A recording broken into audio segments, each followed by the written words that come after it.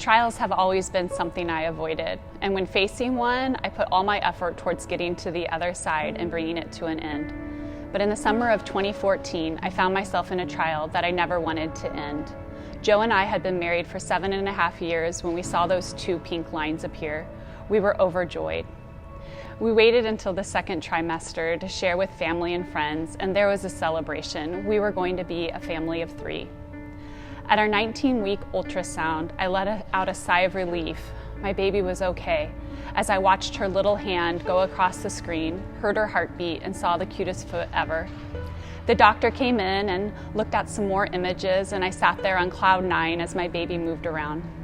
And then the room grew silent as the doctor shared that our baby had a condition where her brain and skull did not develop, and that there was 0% chance of survival outside the womb.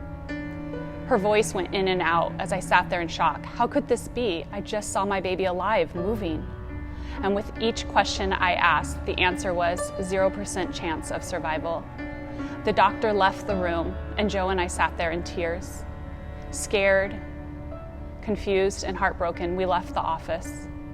The doctor encouraged us to terminate the pregnancy, letting us know that pregnancies like this are difficult, and seeing a baby in this condition could be disturbing. I didn't know what to do. We had always planned to carry to term no matter what.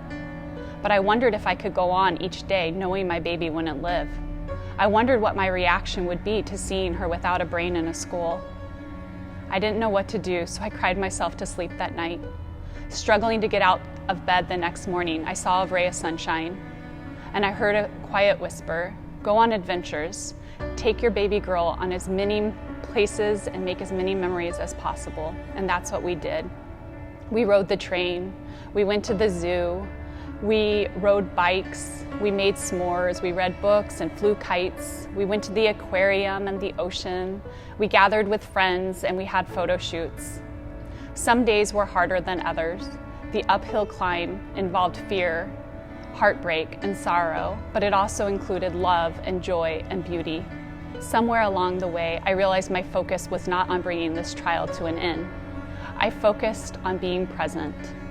I let myself feel heartbreak. I enjoyed each kick and each somersault. I didn't focus on the what ifs and the what next. I never knew what the day would bring. I only knew that that day could be my last day as a mom-to-be. And so I made the most of every step up the steep incline. And with each step, love grew. I bonded with Zoe, and I learned to love as a mom.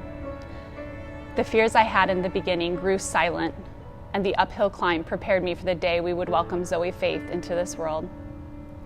On October 16th, just a few hours after arriving at the hospital, Zoe was born.